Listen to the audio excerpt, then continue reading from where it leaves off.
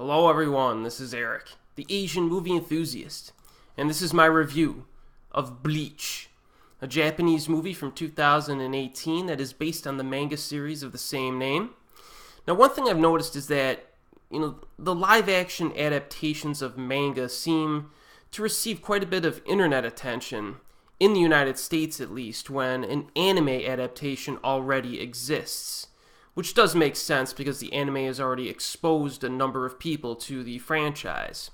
And while there have been some crappy Japanese live-action adaptations in recent years, like Terraformers or Full Metal Alchemist, there have been a few entertaining titles as well. Now, last week I reviewed Gintama, which was fun. And a few months ago I reviewed Ajin Demi-Human, which I very much enjoy due to its legitimately impressive action scenes and memorable villain. So where does Bleach fit into all of this? In terms of entertainment value, at least. Well, I think it sits somewhere in the middle. Now, after an attack by a supernatural monster, a high school student is endowed with the powers to hunt these monsters down. Ichigo is a teenager who can see ghosts, a talent which lets him meet Rukia, a shinigami. No, it's not like Ryuk from the Death Note films. The shinigami in Bleach are like soul reapers whose mission is to usher in the souls of the dead from the living world to the afterlife. And then they also fight the monstrous lost souls who can harm both ghosts and humans alike. So Rukia meets Ichigo in his apartment while she's passing through on one of her jobs. But when she's wounded by one of these, otherworldly monsters, she's defending Ichigo and his family from one of these things. She's wounded, and she gives him her powers so that he can fight in her stead while she recuperates. But the problem is that she makes a mistake and gives him a little bit too much. So Ichigo finds himself in a fight beyond imagination as he contends with both a pair of other soul reapers, shinigami, supernatural agents, I guess you could call them, who are attempting to retrieve Rukia against her will. And there's also a monster floating around, a legendary monster known as the Grand Fisher. So he's got a lot going on here he's got to sort out. But the story's actually a little bit more simplistic than it seems. Now, in terms of action, I think Bleach is actually better than Gintama in that particular aspect, but not as good as Ajin Demi-Human. There's some pretty cool stuff in this one, with some crazy monsters that need to get cut down by this dude and his huge sword. I like the size of his sword. It's big enough to be impressive. One of the monsters looks like a big spider, too, which I kind of liked. One of the side characters has a neat bow and arrow weapon, and the finale is a lengthy and multi-staged sequence that is quite satisfying. There's a surprisingly good sword fight near the end as well that I wasn't expecting. It's nicely choreographed and creative.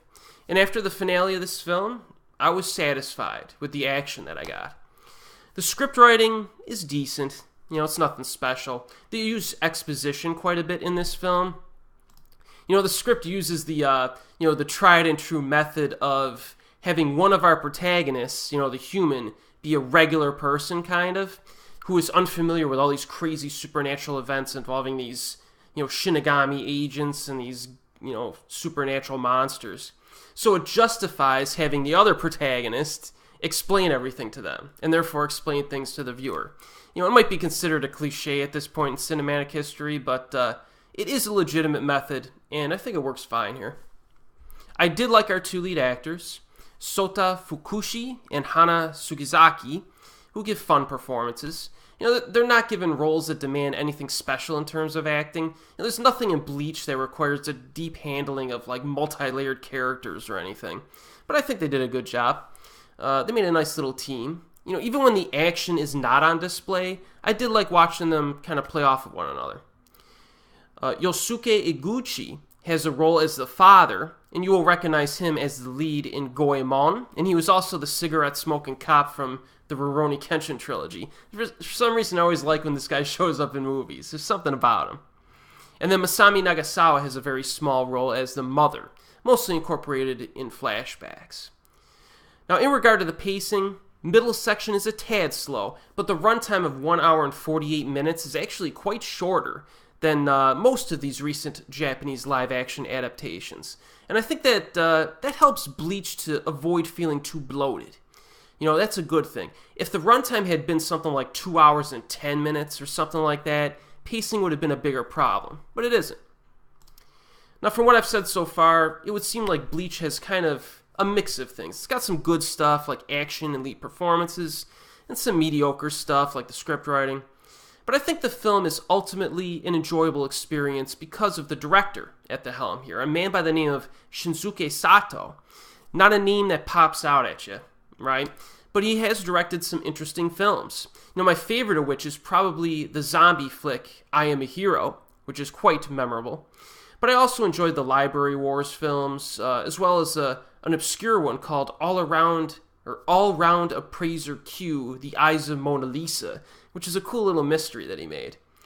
So to put it simply, really, this director infuses just a good overall quality to most of his films.